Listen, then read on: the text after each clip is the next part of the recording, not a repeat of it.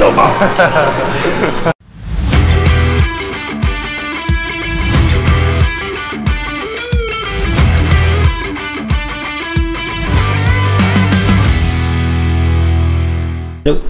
Ça.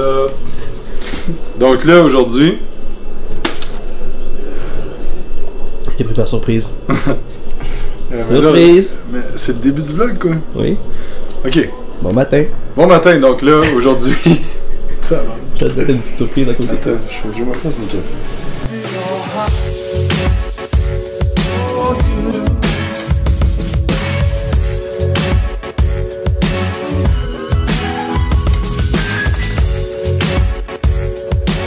Monsieur Alex Babin. Yeah. Ça! Fait que ce qu'on va faire, on va faire un workout. T'as fait du bench? On fait quoi, Alex? Ah, man, faire du bench, faire un peu de triceps, je pense. C'est ça? C'est bon. Écoute, regarde, check bien ce qu'on va faire. On va regarder, on va travailler au bench. Puis, fait que moi, je vais prendre les rênes pour le bench. Puis après, je vais te redonner les rênes.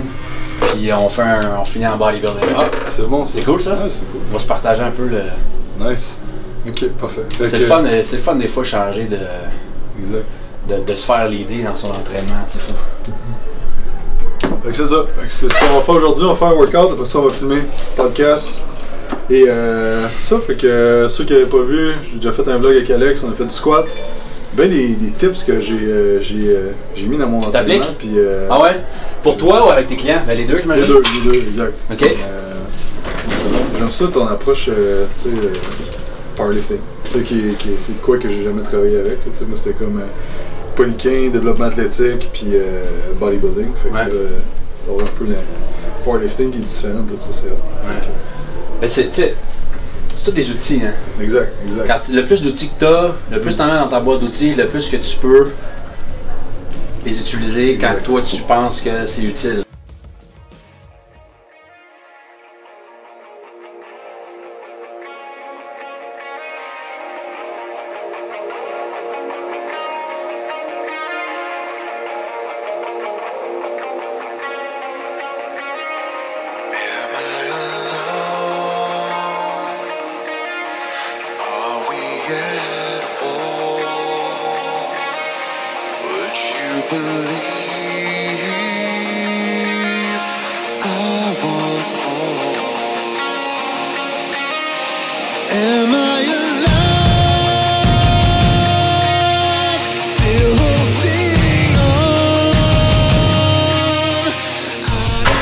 Quand tu es en bas, là, ton alignement il est parfait entre ton coude et ton poignet. Ok, regarde la main, t'es où? Ouais, c'est ça. Ouais, parfait. Fait que moi, je mettrais mon annulaire là tout le temps. Ça. Pour toi, je pense que c'est vraiment là. Ouais. C'est qu'on a tous des leviers différents. Exact. Puis c'est pas vrai que toi, être ici, c'est optimal, versus moi qui a des plus petits bras que toi. Ouais, 100%. Tous nos leviers sont différents, donc la mécanique, pour que la mécanique soit pareille, optimale pour tout le monde, il faut s'adapter.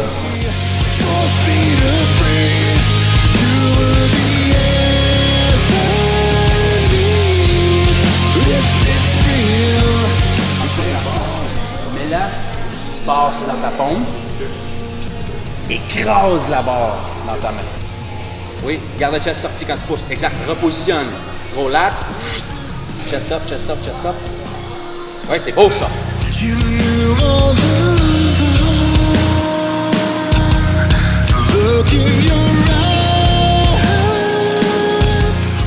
Fait que, pas stager pas ça. Fait qu'Alex, pourquoi utilises-t-on la bande élastique pour le bench? Ça, c'est quand tu fais pas tes bons reps, man. Ah, ok, c'est bon. Non, c'est parce que c'est super important de garder ta tension sur le banc, garder ton extension thoracique, même ton extension lombaire, de garder toute la charge, le stress du poids sur le haut de ton dos, sur le haut de tes trapèzes, comme on essaie de faire en ce moment. Puis, souvent, avec des bancs comme ça, ben, ce qui arrive, c'est qu'un chandail de coton, ben, ça glisse. Fait que quand tu descends, quand c'est assez lourd, ben, ton chest, il s'affaisse. Tu perds ton extension thoracique, ton chest est plus en haut, puis là, ben, ton mouvement, il se craque. Fait que c'est ça, quand tu mets un élastique comme ça autour du banc, ben, ça fait que tout reste tight. Ah ouais, man. Je décolle. Ah, on va t'aider. Tu contractes tes lats, puis garde les épaules en arrière.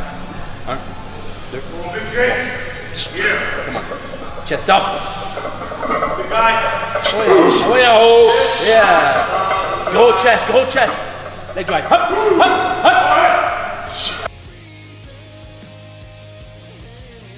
On va faire comme des push-down en X. Ce que ça va faire, c'est que tu vas regarder tout plus en ligne direct avec la poulie. Parce que si tu fais du extension, tu as tout le temps un coude qui sort, mais la tension vient de la gravité. Mais c'est tout le temps de côté. Ça va. Parfait. Pas d'affaire que tu sais, là, mais c'est ça, bon. puis moi j'ai commencé à faire ça plus parce que j'ai pris ce moment les coudes quand je fais des extensions. C'est avec ce coude-là parce qu'il rentre pas. Là. Fait qu'en faisant, mettons, des push-down. Hein? Juste le gauche? Juste le gauche parce que lui, il rentre pas. Tu sais? Donc, quand je fais mon extension, je suis que j'ai mal parce que, attention de côté.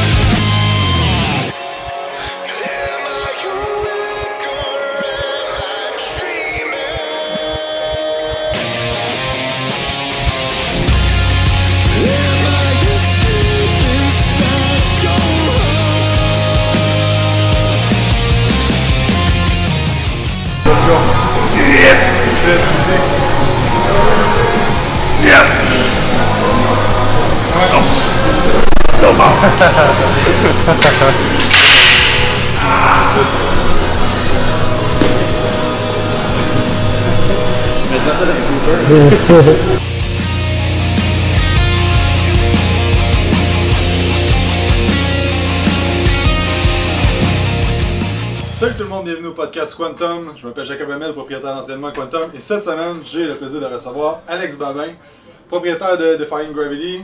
Que je l'ai dit d'autre.